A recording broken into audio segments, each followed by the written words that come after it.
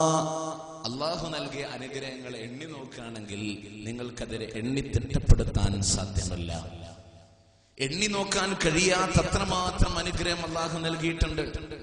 മനുഷ്യന് നടക്കുവാനുള്ള കാല്, പിടിക്കുവാനുള്ള കൈ, ചിന്തിക്കുവാനുള്ള ബുദ്ധി, ശ്വസിക്കുവാനുള്ള വായു, കുടിക്കുവാനുള്ള വെള്ളം, കഴിക്കുവാനുള്ള അന്നം തുടങ്ങിയ നിരവധി അനുഗ്രഹങ്ങൾ മനുഷ്യന് അള്ളാഹു നൽകിയപ്പോ അവന്റെ ശരീരത്തിൽ പോലും അവന്റെ കാലിന്റെ തള്ളവിരലിൽ ഒരു ഉറുമ്പ് കടിക്കുമ്പോൾ അതിന്റെ വേദന അവൻ അറിയണമെങ്കിൽ എത്രമാത്രം പ്രവർത്തനം അവന്റെ ശരീരത്തിൽ നടക്കേണ്ടതുണ്ട്.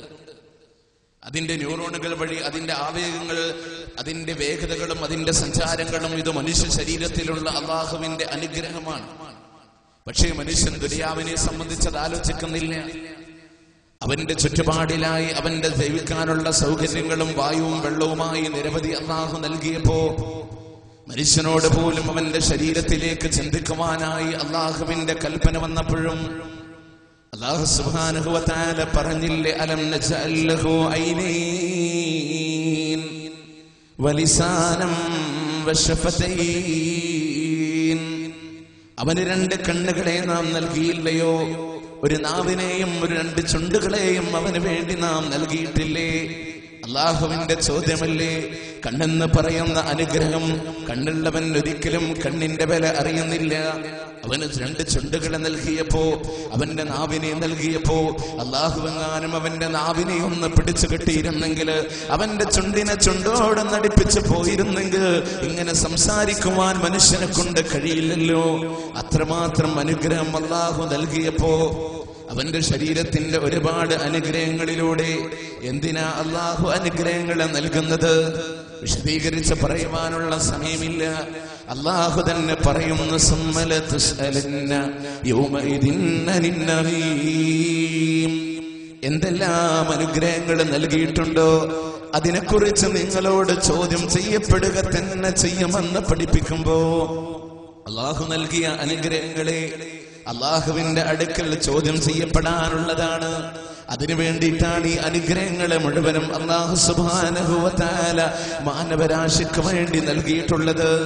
അതുകൊണ്ട് നമ്മൾ ചിന്തിക്കേണ്ടതുണ്ട്, ഭൗതിക ലോക ജീവിതത്തിൽ ഒരുപാട് അള്ളാഹു അനുഗ്രഹങ്ങൾ നൽകുമ്പോ ആ അനുഗ്രഹങ്ങൾക്ക് തിരിച്ച് പ്രത്യുപകാരമെന്നോണം അള്ളാഹുവിന് ഞാൻ നന്ദി ചെയ്യുന്നവനാണോ? അവിടെയാണ് നമ്മൾ ആലോചിക്കേണ്ടത്. ഇതൊക്കെ ലഭിച്ചിട്ടും ഞാൻ അള്ളാഹുവിനോട് തിരിച്ച് നന്ദി ചെയ്യുന്നുണ്ടോ? നമ്മൾ ആലോചിക്കുന്ന എനിക്ക് കിട്ടിയത് പോരാ, അള്ളാഹുവിന്റെ അനുഗ്രഹം ഒന്നും പോരാ, ഇനി എത്ര കിട്ടാൻ കിടക്കുന്നത്, നമ്മൾ അങ്ങനെ ചിന്തിക്കുള്ളൂ അല്ലേ? അത് റസൂലുള്ളാഹി സ്വല്ലല്ലാഹു അലൈഹി വസല്ലം കൃത്യമായി പഠിപ്പിച്ചതിനൊരു കാരണം എന്താ? ഉൻദുറൂ ഇലാ മൻ ഹുവ അസ്ഫല മിൻകും വലാ തൻദുറൂ ഇലാ മൻ ഹുവ ഫൗഖകും വഹുവ അജ്ദറു അല്ലാ തസ്ദറൂ നിഅമത്തല്ലാഹി അലൈക്കും. ഉൻദുറൂ ഇലാ മൻ ഹുവ അസ്ഫല മിൻകും. നിങ്ങളെക്കാൾ താഴെക്കടയിലുള്ളവരിലേക്ക് നിങ്ങൾ നോക്കണേ. നിങ്ങളെക്കാൾ താഴ്ന്ന രീതിയിലൂടെ ജീവിക്കുന്ന ആളുകളിലേക്ക് നിങ്ങൾ നോക്കണം. വലാ തൻദുറൂ ഇലാ മൻ ഹുവ ഫൗഖകും. ഒരിക്കലും മുകൾ ഭാഗത്തേക്ക് നിങ്ങൾ നോക്കാൻ പാടില്ല. നിങ്ങളെക്കാൾ ഉയർന്ന സാമ്പത്തികമായ നിലകളിലാണെങ്കിലും ഒരുപാട് അനുഗ്രഹങ്ങൾ എന്ന് അറിയപ്പെടുന്ന രീതിയിലൂടെ ഉന്നതങ്ങളിൽ ജീവിക്കുന്നവരാണെങ്കിലും അവരിലേക്ക് നിങ്ങൾ നോക്കണ്ട. താഴെക്കടയിലുള്ളവരിലേക്ക് നോക്കിയാൽ മതി. വഹുവ അജ്ദറു അല്ലാ തസ്ദറൂ നിഅമത്തല്ലാഹി അലൈക്കും. വഹുവ അജ്ദറു, അതാണ് നിങ്ങൾക്ക് ഉത്തമം. അല്ലാ തസ്ദറൂ നിഅമത്തല്ലാഹി അലൈക്കും.